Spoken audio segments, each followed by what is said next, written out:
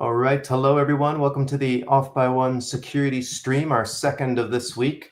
I know we're doing off days this week, but there's reasons for that. But yeah, if you missed Tuesday's stream, go and check that one out. It was really interesting going and looking at some reverse engineering of APT that called Brickstorm that primarily focused on European companies, industries out of China. China was the sponsor of the ABT group and such. But let's give it a moment here while we connect to the different platforms. StreamYard always takes a moment, but I'll go ahead and get started. This week we've got, or today, we have Slava on with us out of Germany, who works in a really cool field in automotive research. So it's always been an interesting area of, I had a couple people on in the past about that as well, looking at connected car security, which is super cool, like Atlas, for example.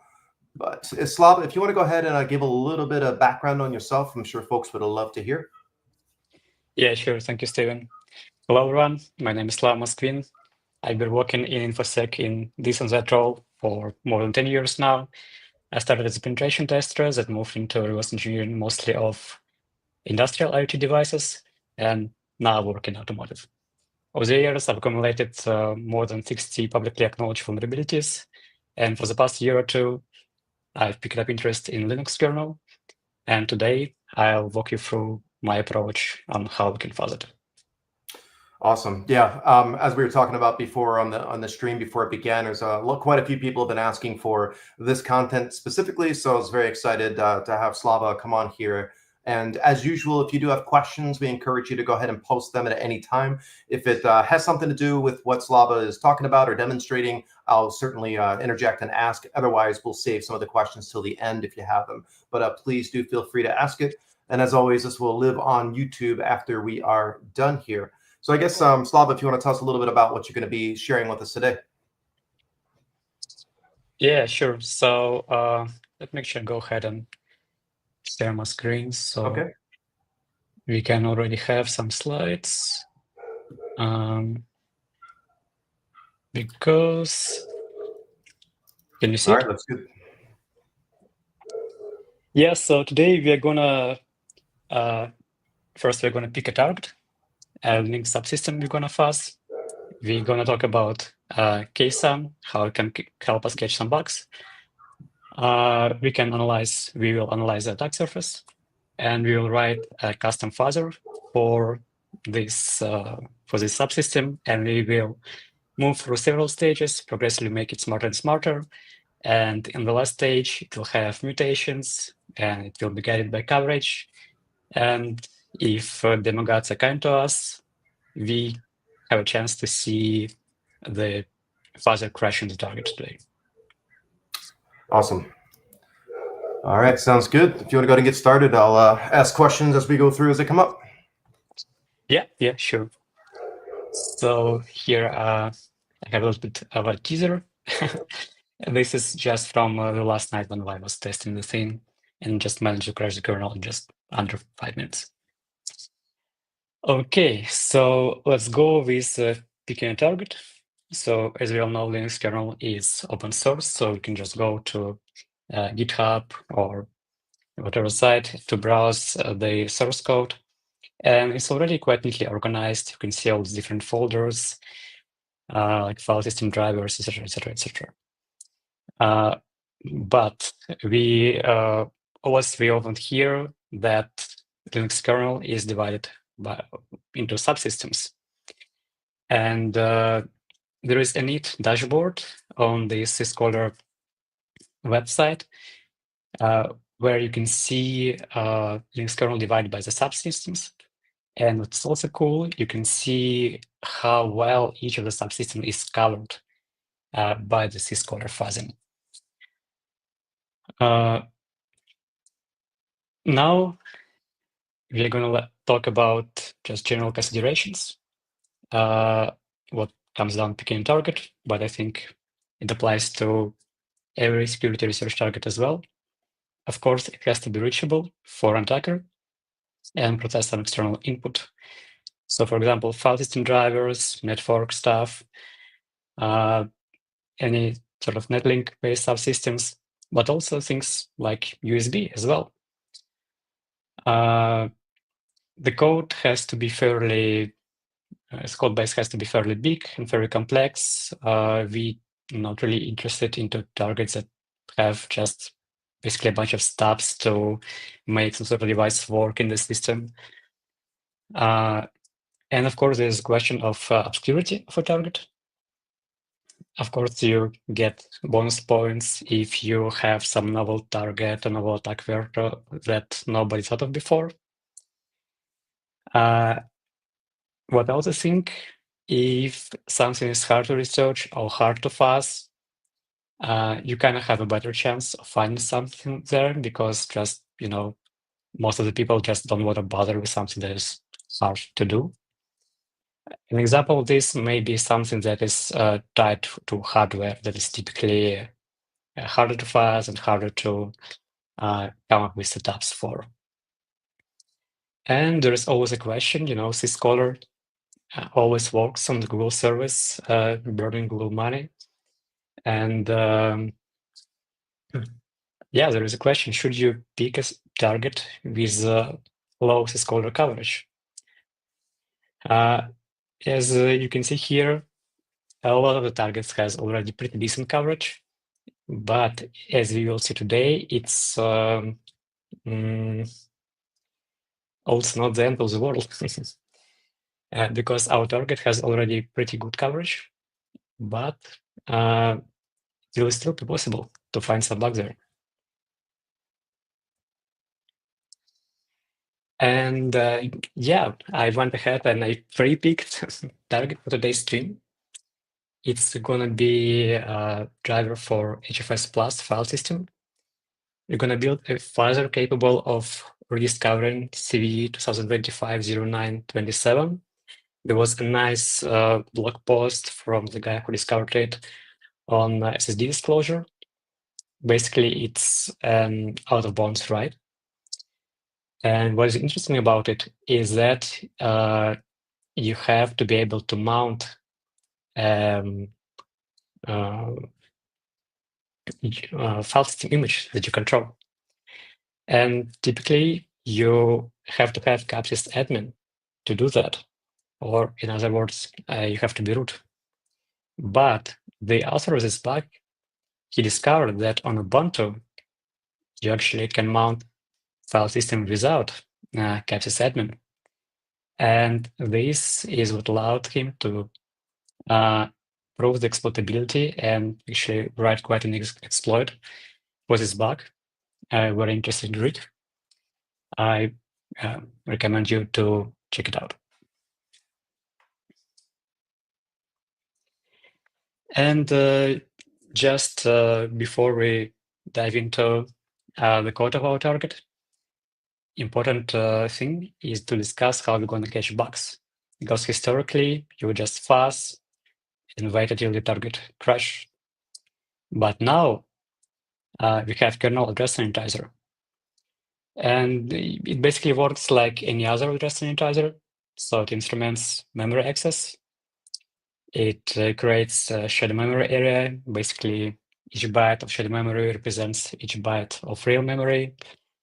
And bytes of shared memory, they are coded with values 0 to 7, just normal memory.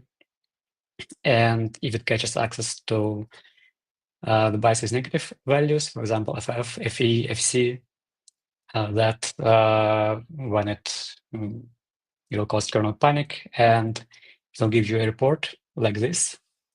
I grabbed the screenshot from one of the vulnerabilities I discovered, I think, last year. Here, towards the end of the picture, you see that there was an attempt to access memory that was coded with byte FC. And if we go back, we can see that FC is a red zone between buffers allocated in the kernel heap. And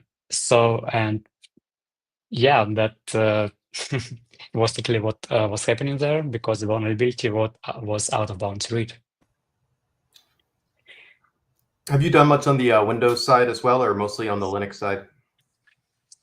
I've done something on Windows. I did some fighting on Windows with WinIFL, and also have done some reverse engineering of Windows stuff. Yeah, so for anyone who's done like use something like G flags with page heap, where it goes and puts like additional header information on the front and tracks the origin of when an object was created and add some suffix padding and things like that to check for heap corruption. Very, very similar, super cool. Yeah. And if you want to dive more into KSAN, of course, it's open source as well as the kernel. And also, if you compile the kernel and load it something like Hydra or NIDA, you can see like how exactly KSAN instruments memory access, because like you can compile it with all the symbols available. Something really cool. So the next step is attack surface analysis of our kernel module. And let me open the code. Let me just real quick show the module inside of the kernel code tree. Here, inside the kernel code, we have this directory fs, and basically it holds all the stuff related to file system, and also it holds our target. It is, okay, let me do this. First, HFS plus. Yeah, so here is our target. So I went ahead and I opened it in the code editor. And yeah, the funny thing is that is like 70% of attack surface analysis of a kernel module like this. You go to the search and you look for something like underscore operations. And oops, no, that is my pre-made file with cheat sheet. Here we can see some struct inode operations. I call it HFS dir inode operations. And the members of the struct, they look familiar to us. Link, mkdir, rmdir. So what it is, it's actually a structure that holds a callback that kernel calls when you, for example, create a directory inside an HFS plus file system. And there is a lot of structures like that. For example, we have SD operations.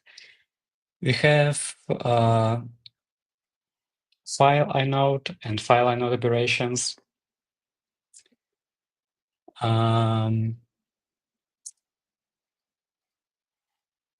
Yeah, and another interesting thing is super operations, which it doesn't hold things that are typically directly accessible to a user, but it holds something like remount.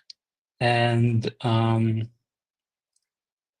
think maybe in the newer version, it also holds pointer to operations that actually implements mount. And here I actually went ahead and compiled all the structures that somehow are of interest for us.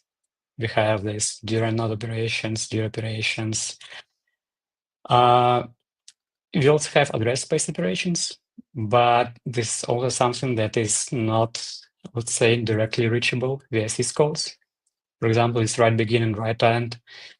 The kernel calls those callbacks when it's time to actually write file to a disk. So you, of course, can reach it somehow, but kind of provides a little bit lower attack surface.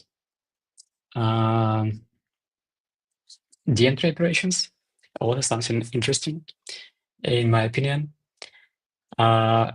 because those are called when, for example, you search for a file or you go for a file tree, because the file system is like uses this d-entry structure quite heavily, basically like a set of d-entry structures. And those structures are hashed to make access to it a little bit faster. And you can also see there is a compare function that compares the entry somehow. And I think, yeah, if you looking, just trying to open a file or something like that, then the file name will go to one of those functions. So next we have like file inode and file operations.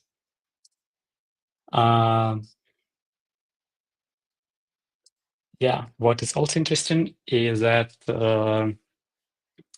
this structure, it doesn't belong to our search for operations methodology.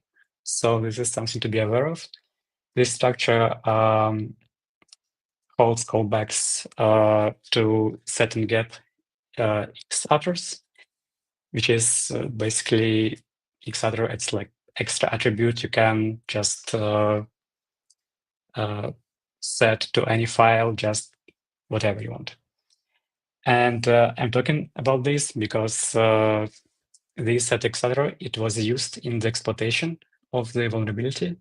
So this is something that we for sure need to have in our fuzzer.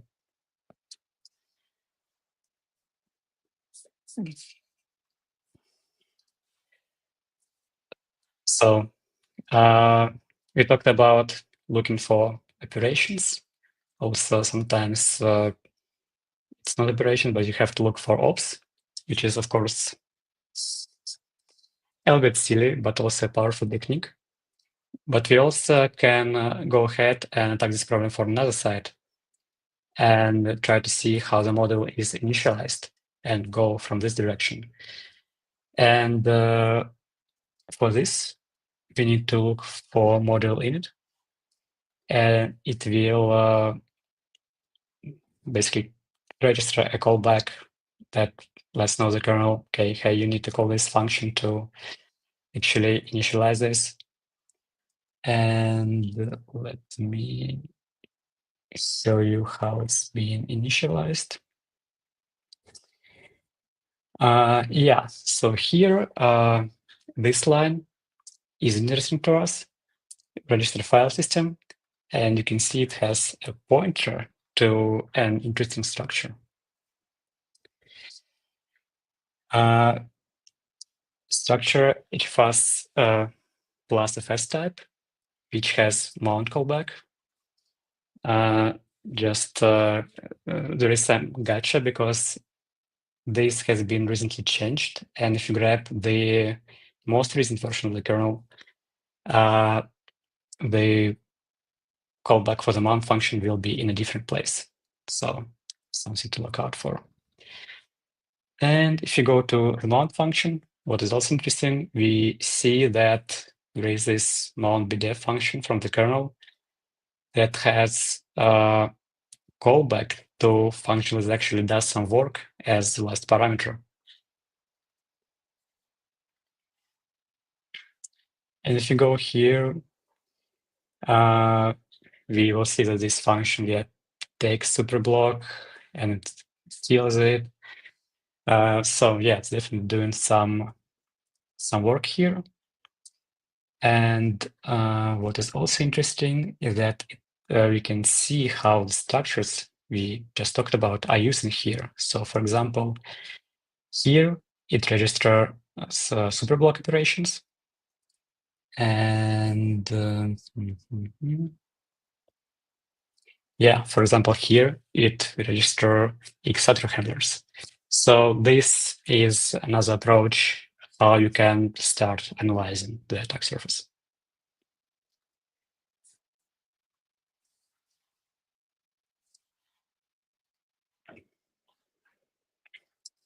So a couple of considerations. Of course, we already saw that some structures are filled with this generic file LC, generic file mmap functions. And it just means that for those callbacks, the module uses generic implementation from the kernel, which is probably not super interesting for us to fuzz. Of course, if you aim for like really comprehensive fuzzer and we want to maybe trigger some side effects, we could and we should use it. But for our little fuzzer, we can just get rid of that to just make it tighter and just be on point.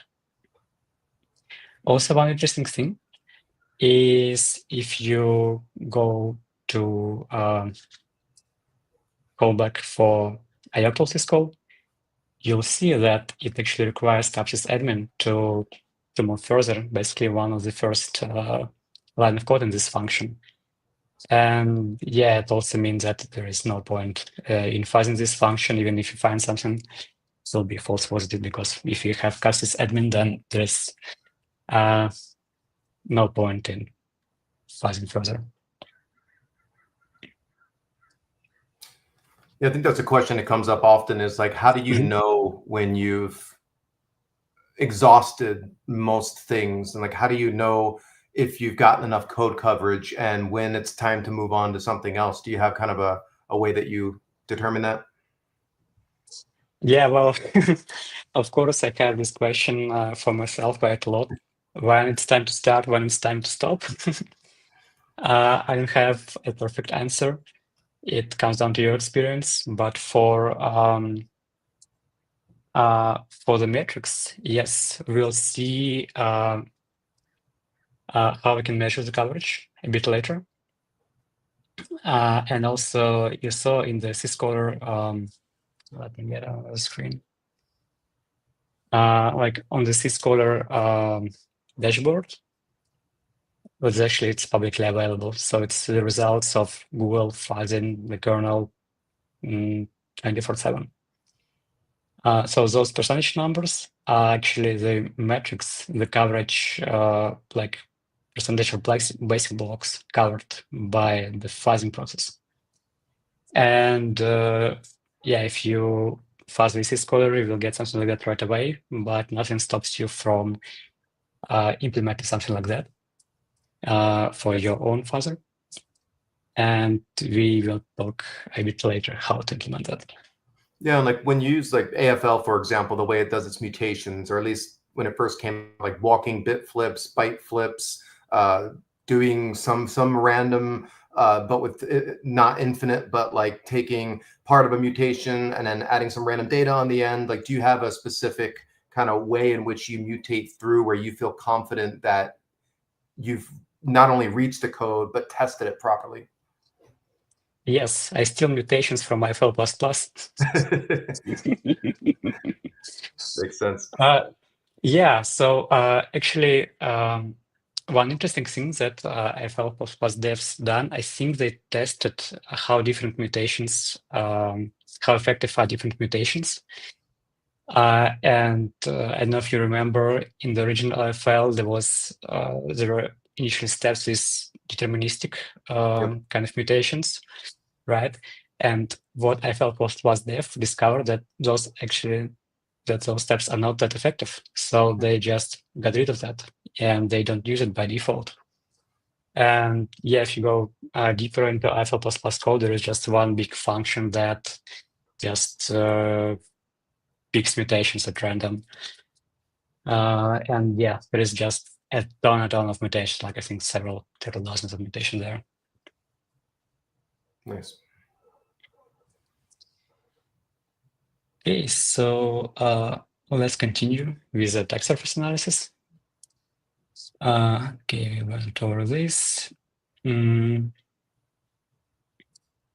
Yeah. So on this slide, I have structures that are interesting in our case. I've been interested in inode operations, file operations, and Xatro handler. So basically, we are interested in every callback that is not some generic function implementation there. And as we're gonna fuzz older kernel version, we will need this HFS plus FS type structure that I talked about, because it contains pointer to the mount function. And what is actually really interesting is that in the age of AI, one of the things you can do is you can use AI to help you with code analysis and attack surface analysis. So here, just me asking question, just tell me which function is called when the user mounts HFS plus file system. And it has some comprehensive analysis. And yeah, it was on point. It was able to find this HFS plus mount function and actually told me that the actual work is done by this HFS plus fill super function. And yeah, I just discovered that when I was preparing for the stream, something really cool that you can also use in your workflow. Yeah, that is cool. I mean, somebody did ask a question like how you go about like, do you use AI when fuzzing? Like that kind of question you just asked, like oftentimes you get hallucinations and just incorrect answers. Have you found it to be better and useful on the Linux side of the house since it's open source? Oh man, I actually have a feeling that it has been trained on the Linux kernel source. Yeah, there was some incorrect examples. So for example, like right now, the current major version of Linux kernel is 6. And sometimes when I ask something, I got question from the kernel version 5. But then I corrected it and I said, well, okay, yeah, for version 6, it's this, and that. So of course you have to verify everything you get from AI. But yeah, the possibilities here are huge. Cool. Okay, so just a bit of summary regarding attack surface. Just go through the code, look for ops or duration structures. You can also look up for syscall names. You will find them eventually. You can also just start analyzing the code from the moment of module initialization. And yeah, you can use AI to kind of guide you through it and make your job easier.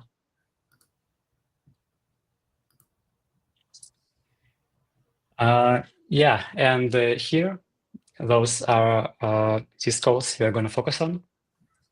We're gonna, of course, we're gonna need mount because from the blog post we know that on Ubuntu you can actually find an exploit vulnerability that uses mount.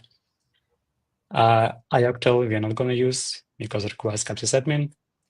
We will use create and kadir, link, unlink, set, etc., and some other syscalls. Yeah, and here now we are starting with demos. Our first stage of the fuzzer is just really dumb fuzzer. We'll mount the file system and we are going to execute some syscalls.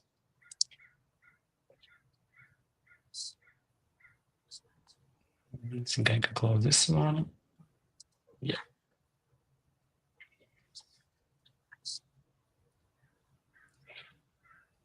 Yeah, so let me know if I need to zoom in my screen more. And here I'm just gonna walk you through the source code real quick. We have fuzzer.c with the main fuzzing loop, and we have fuzz syscalls just with syscall stuff that we are gonna fuzz. Yeah, so first of all, just to start with, we are gonna create a file and just fill it with random crap. And later in the fuzzing loop, we'll try to mount it. If the mount was successful, we will execute our fuzzing functions that are determined in fuzz syscalls. Yeah, I have just some wrappers around actual syscalls, like you can see fuzz open. I generate random path as an argument with flags. Okay, I just hard-coded it. But of course, it will be better to fuzz them as well. And yeah, we have fuzz encoder, fuzz link, fuzz unlink, and most of the parameters are generated randomly. And yeah, there is this array of function we are fuzzing, and we'll just go through this array and choose function randomly and execute it. You can see that there is this step, checking for bugs. I decided to not implement it for stream to keep the code base smaller, but in real life, you will definitely want to implement some sort of function that it can just go through the kernel logs and look for case and message or for kernel bugs messages. But for now, we're just going to monitor the kernel logs ourselves. Yeah, so that is the gist for it. Just generate random file system image and mount it, change directory to the mounted file system and execute some random syscalls from that. Okay, so let me go to the directory on the fuzzer and let me build it remotely on my Linux VM. And yeah, I will go here. So I will need sudo for fuzzing because yeah, it will make our life easier with malking and stuff. And yeah, as we can see, via fuzzing, it was essentially a light speed, more than 3,000 iteration per second. So it would be interesting to see what is the reason for this astonishing speed. And if I go ahead and I just enable login in the fuzzer and I rebuild it, yeah, we will see that basically on every iteration, we have mount error. Because of course, the file system just don't want to mount the random stuff we put inside it. The file system image is supposed to be really, really structured. So yeah, this just not gonna cut it for our fuzzer. And here is yeah. So here is when the purpose clash comes up. So we need to start from some real good data. And of course, as we are going to mutate it later, typically we want inputs that are as small as possible, but still contain all the interesting structure. And here I discovered that with HFS++, we can just go through trial and error and try to make a file image that is as small as possible. So here you can see I try to make a file image that is just 500 Ks in size. And but I couldn't mount it. No, I couldn't even create the file system image. And yeah, the MKFS was quite enough to tell us, yeah, that this partition is too small and we need just 12 kilobytes more. So I went ahead and added that. And here we can see our file system image that we are going to use in our fuzzing process later. This hfs+.image.saved is just the reference image, and I will copy it to .image.fuzz for us to fuzz, because for sure those system calls that we are calling on the image, they will change it. So let me just copy it.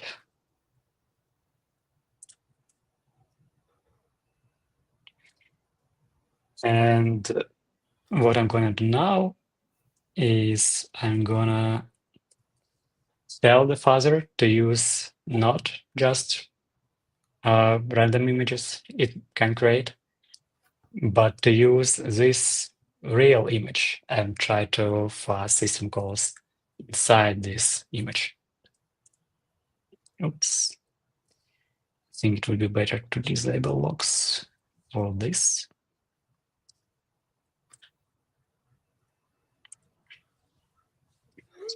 Yeah, and now we can see that our fuzzing speed is actually on an order of magnitude lower.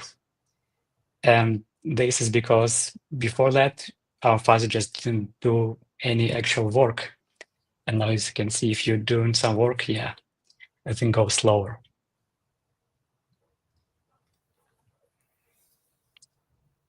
And yeah, here is actually when we are going to introduce coverage to our fuzzer. As our fuzzer is done, it's not going to use it just yet, but we're going to use it to measure the fuzzer performance. For that, I have the next micro stage of the fuzzer, the stage that actually supports coverage. You can see there is this coverage.c files that actually implements coverage via kcov. First of all, I wanted to just walk you through the further code and tell you what has changed. So this is basically the main use of our fuzzing loop. And before that, you can see there is some coverage start function. And after that, you can see there is some coverage stop functions. And even before this loop, we have, this coverage init. So let's take a look what's inside this.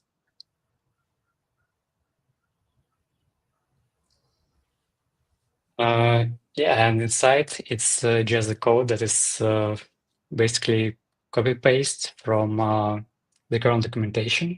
There is very neat documentation for kcov online telling you how to use it. You first have to compile the kernel with kcov, and we'll get to that in a moment. But once you do that, you will have this sudo file that you have to open. Then you just execute an ioctl on it. Telling you, hey, I want to initialize kcov. And then you have to create a shared memory area that will actually hold the coverage. And the coverage in our case, it will be just a set of program counters in the order they've been hit during the execution. And for starting the coverage, the main thing that starts it is ioctl kcov enable with cov trace pc. There is a different method for enable remote coverage for kcov that is useful. And for example, you're fuzzing some things that exist in the kernel as separate threads. But in our case, we'll just use that. And also one thing we want to do is we want to reset the coverage counter with actually is the first few bytes of the memory area we just allocated.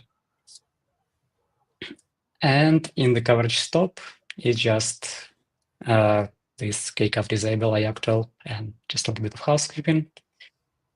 And in the end, there is this coverage check function that is a function we implemented because we need to process coverage somehow and extract useful data. So first of all, we are loading the number of program counters that were hit. For this fuzzer, I chose to implement just very, very basic coverage metrics that we are going to mark each basic block that was hit during the execution. You can experiment with different metrics yourself. You can, instead of marking basic blocks, you can count how many times they were executed. So if something is executed in a loop and you want to see, you maybe want to go further in the loop, or actually you want, you can implement edge coverage if you hash the program counter some way and then combine them. Yeah, I was going to ask how much overhead the instrumentation and all that causes with KCOV. We will see in a moment. Quite Okay. a lot, actually. Someone was asking, is that a real HFS image or a fake one created from dev0? No. So right now we are going with the real image. Right. We Cool. saw that just random or dev0, they just won't gonna cut it. They won't be unmounted. Right. Cool. Yeah, and here you can see how we comparing the coverage. I have this current coverage. It's basically like a byte array that holds current coverage metrics, and I also have best coverage. And if we have hit at least one basic block that wasn't stored in the best coverage, then we tell, okay, we found something new. And this is going to be interesting.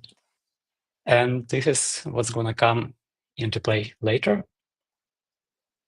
But right now, let's launch the fuzzer with coverage, and we'll see how it will affect the performance.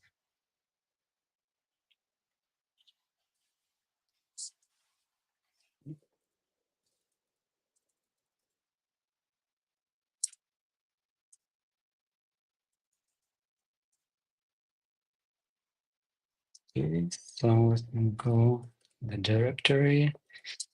And first, let me just launch the fuzzer with random image. And yeah, you can see that just even with a random image, the speed is probably 50% or twice as lower. And what is also interesting is that you're seeing that we are getting somehow new coverage, even though we are not doing any real work.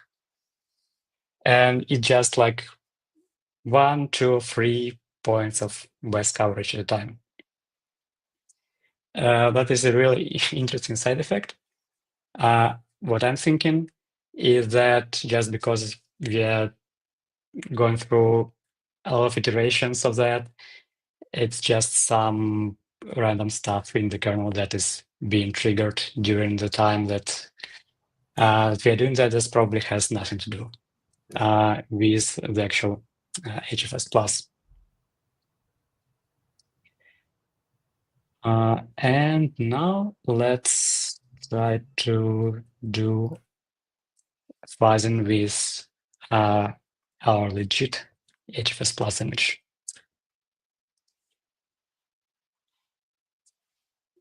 Yeah, and we can see that, yeah, it's much slower than fuzzing without coverage, and the speed actually goes down. In my experience, it settles for at least for the stage 3 fuzzer, it settles around 70 or 90 iterations per second. What is also interesting is that you can see that coverage is also growing, but it grows sometimes by 10, 20, whatever, so like 100 points at a time. And I think it means that we are actually hitting some logic in HFS plus, and that is what's doing it. Of course, we have talked about this coverage as just some things, just we are calculating. We have in theories why this or that is happening, but we can actually find out for sure. And for that, I have something called kcov test, just as a program that will execute some actions under kcaf, and then it will tell us the program counters of basic blocks that have been hit during the execution. Kcaf test. Yeah, and you can see, yeah, there's been quite a lot.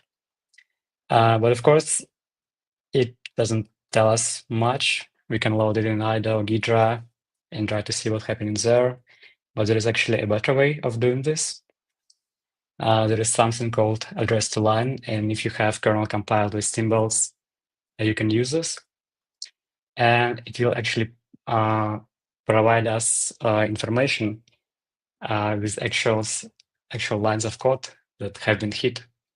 And this is a great way to debug your fuzzer and figure out if you're actually hitting any sort of logic inside your kernel module. That's really cool.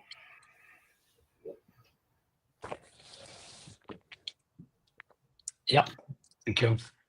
Someone's mentioning, I think there could be a bug with those atomic relaxed. The one in the loop can be reordered CPU and loaded before NCNT is loaded. Well, that is something that's definitely good to know. I didn't think of that. I suck at atomic operations, and the reason I'm using it there is because I used in the kernel documentation.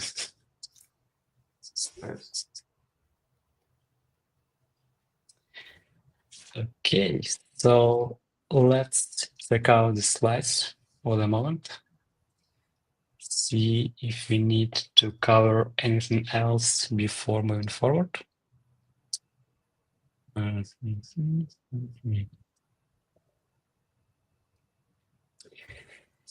Yeah, I think we should also talk a little bit about compiling the kernel.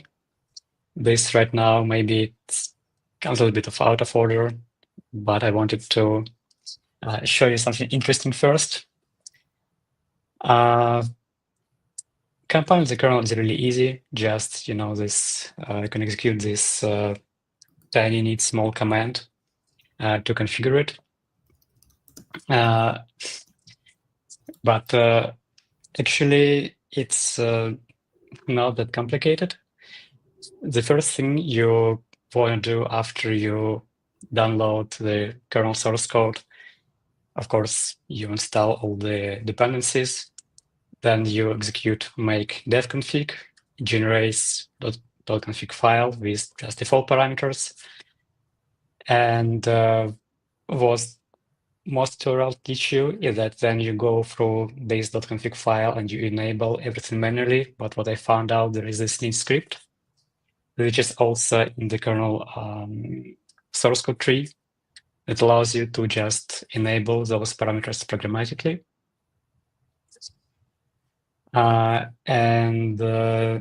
Yeah, one important thing here is you can see here -e, and -e means that it means enable, and anything with -e will be compiled in the kernel statically. And we want to compile everything statically for fuzzing because it will make our life easier with with SLR and with coverage and comparing coverage, stuff like that.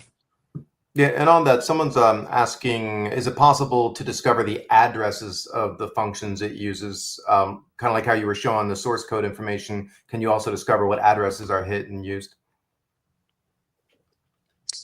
Yeah. So you can just dump these program counters and run this through address to line utility. You can do it even just during the fuzzing to get a better idea of coverage.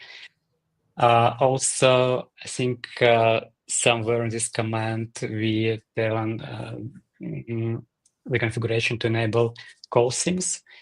And I think you can also use call sims to get the address of the functions you're interested in. Cool, thanks. Yeah. So obviously, one of the most important things, we want to enable kcaf, we want to enable ksum. And we want to enable our HFS Plus kernel module. And we want to enable all the dependencies of this kernel module. And the sole dependency of this module is something called block. And also something really neat is you can add an arbitrary string that will be added to your kernel image name. And it makes my life much easier when I see all the kernel names in the graph. I have no idea like which one I have to boot into, and just adding a little string in there just helps a lot with that. Yeah, here you can see how you can actually go through all the dependencies of a kernel module. Inside every kernel module, there is this file called kconfig. And you can see here on the line number 4, that depends on block. So, this is how we know we need to enable block as well. Then you just make all config to save our config file, and just basically make and install commands after that. What this also helps is to configure your bootloader or whatever thing you're using to load the kernel.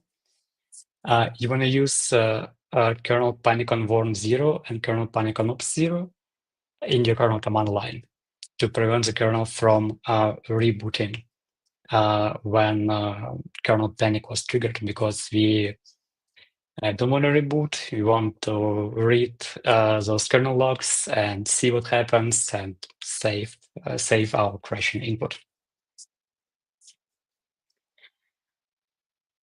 Yeah, and this just something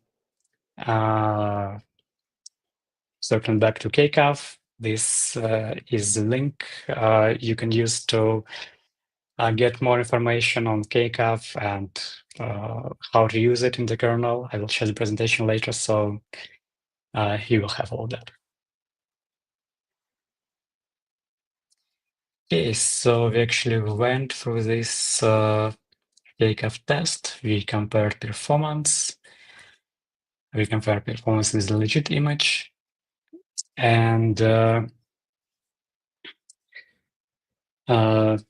yeah, we already oh yeah, we have the next stage 1 fuzzer. Yep, sorry. Yeah, so now it's time for another demo. We are going to develop the second stage of the fuzzer. And the most important thing about this stage is that we're actually going to generate better seeds for our fuzzing process. You can see there is this new file, generate seeds.c. And here is what we are doing is we are starting by mounting a legitimate file system image. And then we are just executing all of our syscalls inside this image. But then we are not discarding this image. We're actually saving it in our seeds seeds folder. And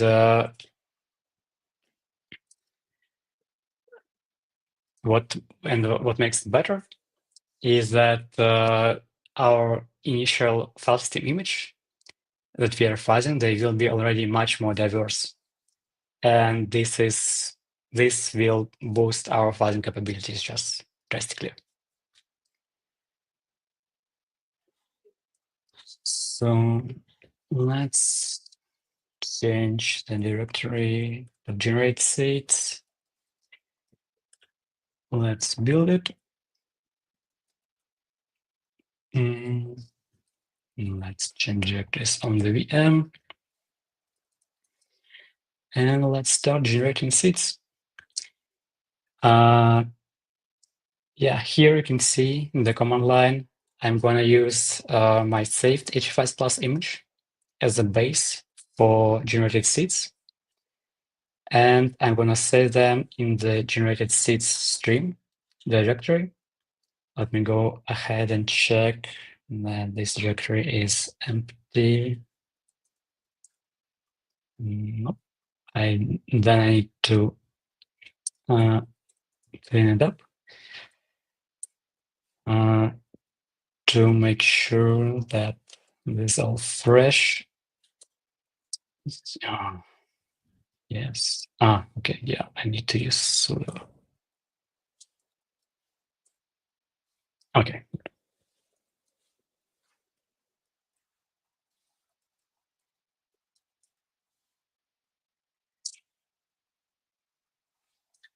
Okay, so let's go inside our seeds. We have 20 of them. And let's try to mount one of those and see what's inside it.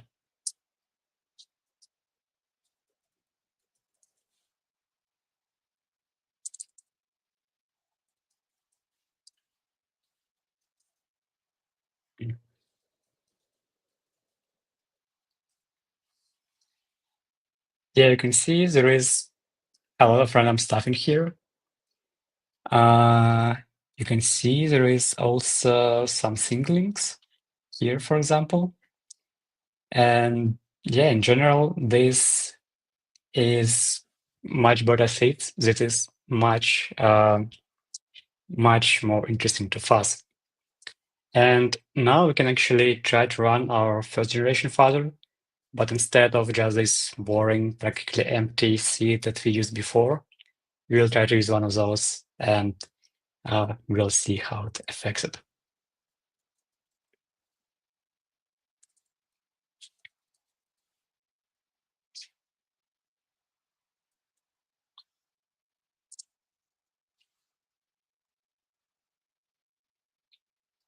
Yeah, so you can see it's much more slower again. I guess because it requires some additional work in mount and requires some additional work in executing syscalls because there is just much more stuff going through. And you can see that, yeah, even though the fuzzer is done, somehow coverage points are slowly climbing up. But the most interesting coverage metrics we will see on the next stage. It always feels like it's doing more work if it takes longer, so that's good. Yeah, exactly. You don't want to do your work too quick. Okay. So let's check with the slides. Yeah, it's basically all demos from now on. So let's move to the fuzzer stage 3.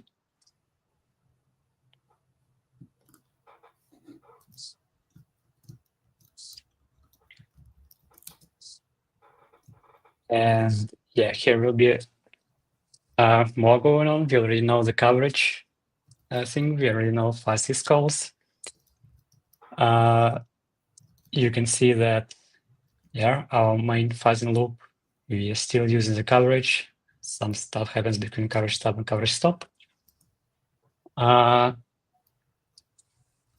We still mount the image, change to dir, and execute some syscalls from our fast functions array. But then we are doing something interesting. If we have found new coverage, we will save our modified file that we have mounted. And we will save it into the directory with all the seeds. And this way, we are making sure that our seeds include file system images that have progressively more and more coverage. And yeah, of course, this is what you typically want to do. achieve more coverage. So let's build this thing and see how it's running.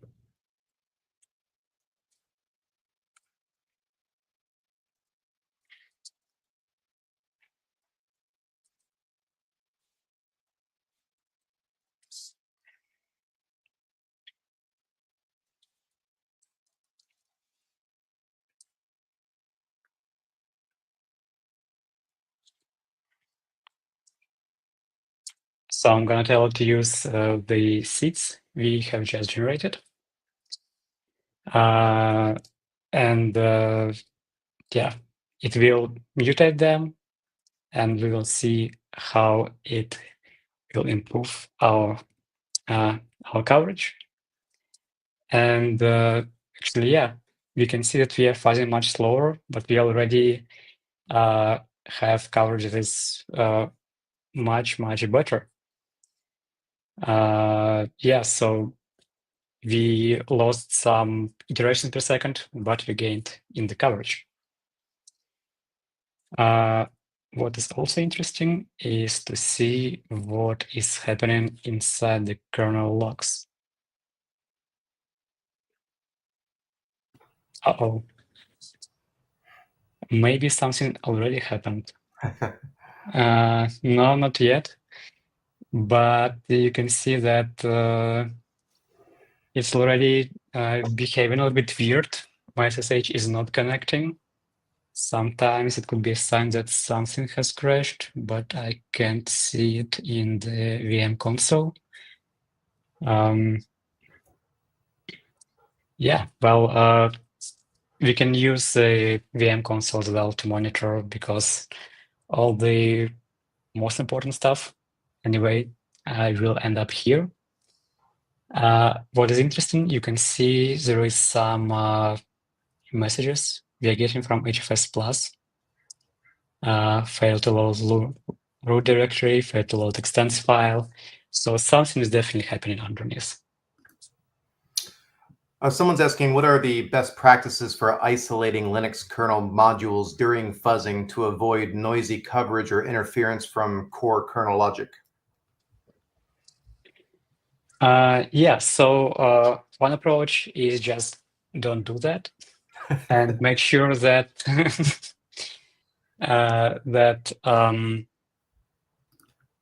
there is not a lot of stuff happening in the kernel. Just remove anything that doesn't have to do with your fuzzing. Typically, like if you go to syscaller docs, for syscaller, you're basically required to build your own VM image that has just absolute minimum of stuff going on. The second thing is that you're getting program counters from kcaf, right? And because we are usually disable ISLR when we are fuzzing, the kernel will be loaded in the same base address on each boot, and gives you an opportunity to filter those program counters. Just you have to just figure out the address ranges where your module resides inside the kernel, and this is some filtering that you can also implement. I try to do that, but in my case, my target was just all over the kernel, and I had just, I know, dozens or hundreds of ranges I had to care of. So I just decided to not. Cool, thanks. Okay, so I ran this fuzzer a couple of times today, and it was able to produce some crashes in under 5 minutes of fuzzing. But of course, right now we are starting fresh, starting from the new seeds. So we will see if we have something like that, and if the demo gods are kind to us this way. I think everybody prefers live instead of recorded because everybody runs into problems, and the demo gods, they're always there. So working through those problems and such is always good practice. Yeah. Just in case, I have a cross example saved in the slides. But yeah, we can give it a couple of minutes. Otherwise, this is all I had today. Cool. Well, since we're waiting, I'll ask a question from someone.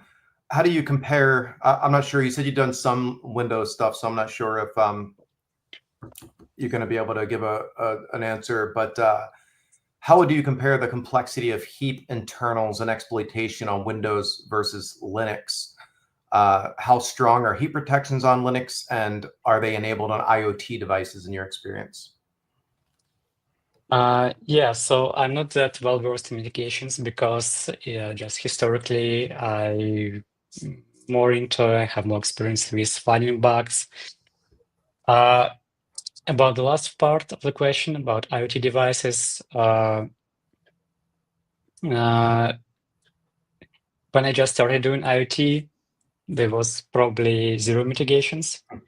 But nowadays, devices get more powerful and they also get more attention. There's, of course, some regulators in different fields. So we're definitely seeing more and more mitigations being enabled in IoT devices. Yeah, especially with things like ARM memory tag extensions and stuff. Those really changed the game. Yep, exactly.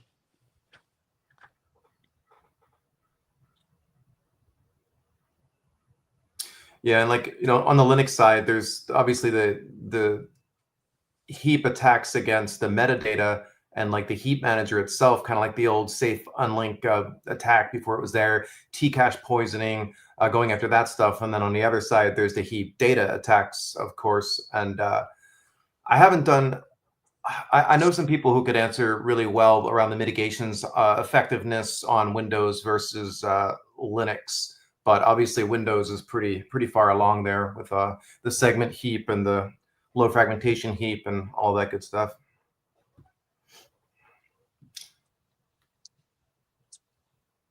Yeah, so while we waited, we actually managed to gain quite a lot of coverage points here. Just in a couple of minutes means more and more stuff being hit, and we are probably getting closer. The bug, you can already see that we started hitting some weird errors like inconsistency in B-tree, request non-existent node in B-tree. Yeah, I know something is coming up. Someone's asking Yeah. on black box devices, when do you decide to fuzz, when to reverse, or do you do them simultaneously? Like, what's your thought process? Like fuzz first, reverse engineering first, combination? I would say the best way is to just start with a rough fuzzers and reverse engineer the logic and try to improve your fuzzer by inserting this logic into that. But I typically start first with reverse engineering. Seeing the logic, just seeing if it's worth fuzzing, is the logic complex enough for fuzzing, or maybe I can just read the code and it will be just faster than kind of with a fuzzer, or maybe there are some logical vulnerabilities. And anyway, you want to do at least some reverse engineering to improve your code coverage. For example, like it's classics, you have some kernel model for some weird peripheral.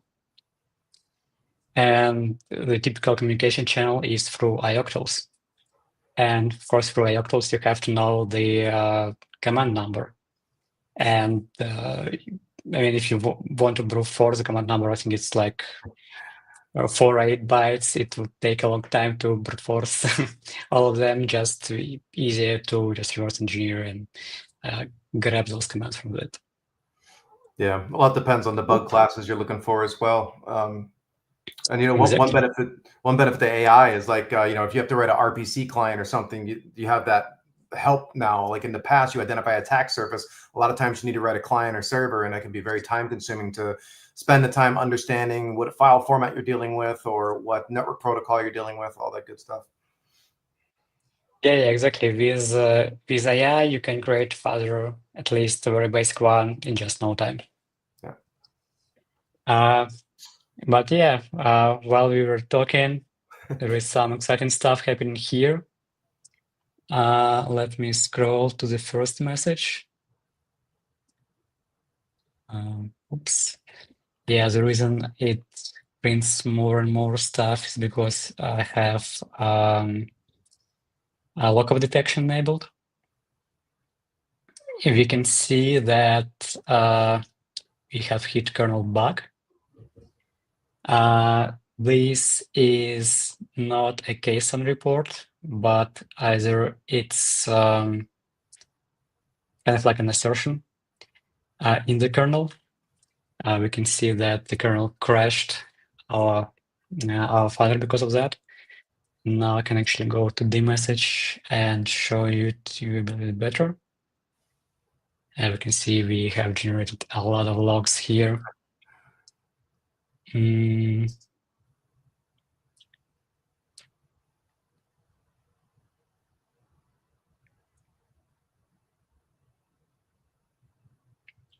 Warning. So we had the warning first.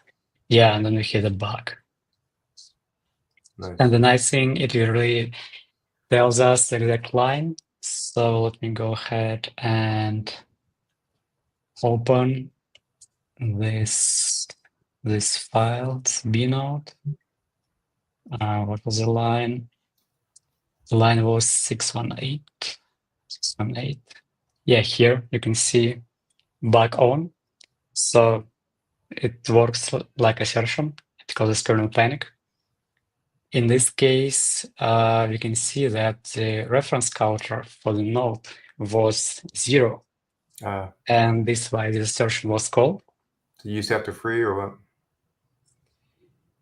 I'm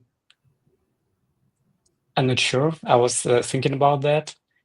I don't think that by default we can move past this bug on because it causes kernel panic. Yeah. At least in the desktop Ubuntu. This is older kernel version, but just it's 6.11.9.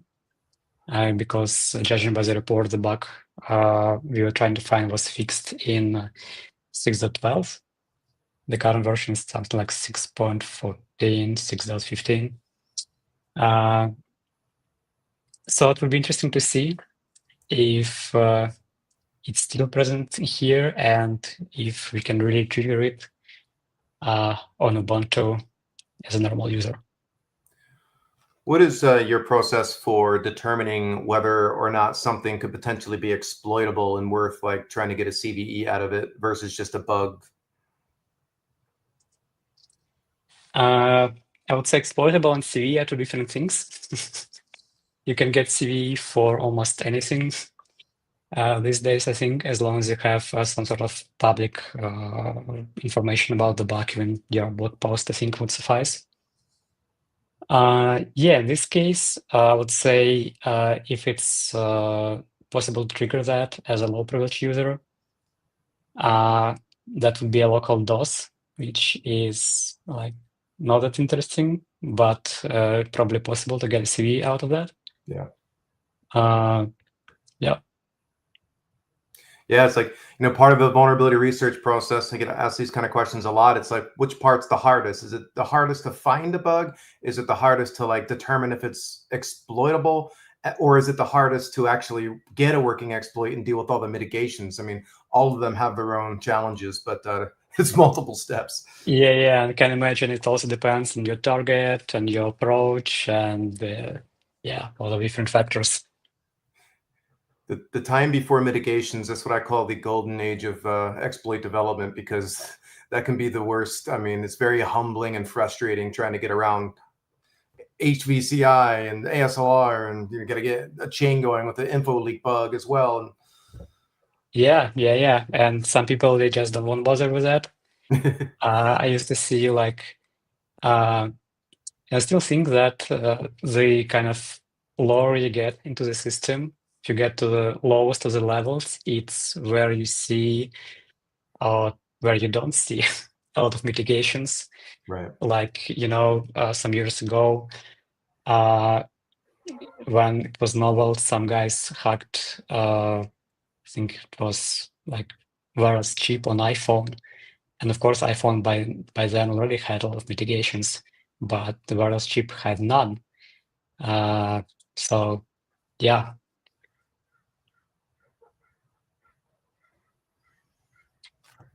Cool. Yeah, it's great stuff. Is that the end of what you wanted to demo and share, or? Yes. Okay, This yeah, is it's fantastic stuff. Again, a lot of people have been asking for this, and it's very generous of you to share kind of your process and explanation around everything from compiling the kernel to writing the fuzzer and modifying things and showing the crashes and all that. I think a lot of people get some really good value out of this, which is awesome. yeah, Steven, thanks for having me. Yeah, had a really great time on this stream. I will share the source code a little bit later, along with the presentation. Great. Yeah, if you want to send it over to me, I can put it and tag it in the YouTube video after it's posted up. Yeah, sure. I think, yeah, once I have time to clean it up, I'll send it to you. Yeah, thank you so much. I mean, I can tell you put a lot of preparation into this and stuff, and would love to have you back on again if you ever have something interesting you want to show us. Yeah, sure. Would love to get back on. Yeah, thank you. All right, thanks everyone. We'll see you next week. Appreciate it. Bye-bye. Bye.